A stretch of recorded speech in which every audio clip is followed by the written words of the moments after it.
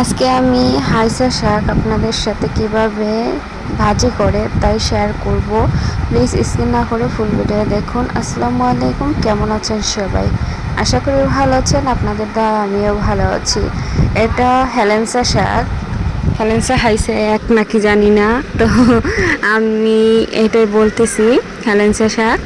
এইটা ভাজি করব, তাই আপনাদের সাথে শেয়ার করব। আসলে কি মাছ, তারপর শাক, এগুলোর নাম আমি বলতে পারি না, শুধু খাই এটাই। এইসব শাকের নাম জানি না আমি।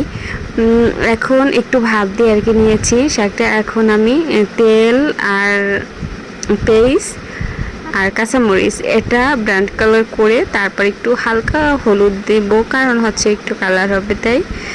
কালার হলে কিন্তু দেখতেও ভালো লাগে, খেতেও ভালো লাগে। তো যাই হোক, আমি এটা আর কি ব্রাউন কালার করে শাকটা দিয়ে দেবো। এই শাকটা ভাজি করলে কিন্তু এত মজা হয়, কি বলবো, অনেক, আমার কাছে তো অনেক ভালো লাগে। আসলে শহরে যারা থাকে তাদের কাছে মনে হয় এই শাকটা সবার কাছেই প্রিয়, ভালো লাগে। কে কে পছন্দ করেন এই শাকটা ভাজি? আমার অনেক অনেক পছন্দের এই খাবার, কিন্তু আমি শাক পছন্দ করি না।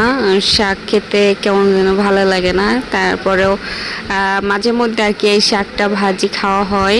তো শাকটা দিয়ে দিলাম, হালকা একটু হলুদ দিয়ে দিয়েছি আর একটু লবণ দিয়ে দিলাম। এখন এটা তেলের উপরে কিন্তু ভাজতে হবে।